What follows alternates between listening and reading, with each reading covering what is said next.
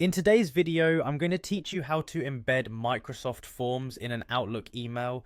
This is a really handy skill to have, especially if you're looking to share surveys or gather information efficiently right from your emails. Let's delve into the step-by-step process that ensures your form is seamlessly integrated into your email.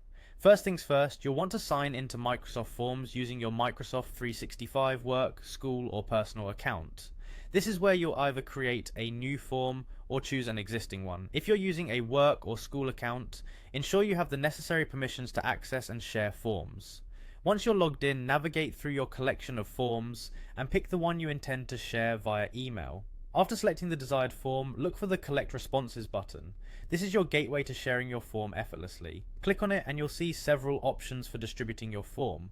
From here you should choose the link option. This will generate a unique URL specifically for this form, a crucial element you'll need for embedding it into your email. Highlight and copy that link. Now open your Outlook email where you'll compose a new message. Inside the body of your email, simply paste the link you copied. Be sure to give a brief introduction or explanation about the form for your recipients. This helps provide context and clarify the purpose of the survey, making it more likely that people will participate. Alternatively, if you're interested in a more visual approach, Microsoft Forms offers the option to generate a QR code. By selecting the QR code option, you can download the image. This QR code can be inserted into your Outlook email just like any other image file, offering recipients a quick scan option to access the form. Another effective way is directly sharing the form from Microsoft Forms itself. This involves entering your recipients' email addresses right there on the platform.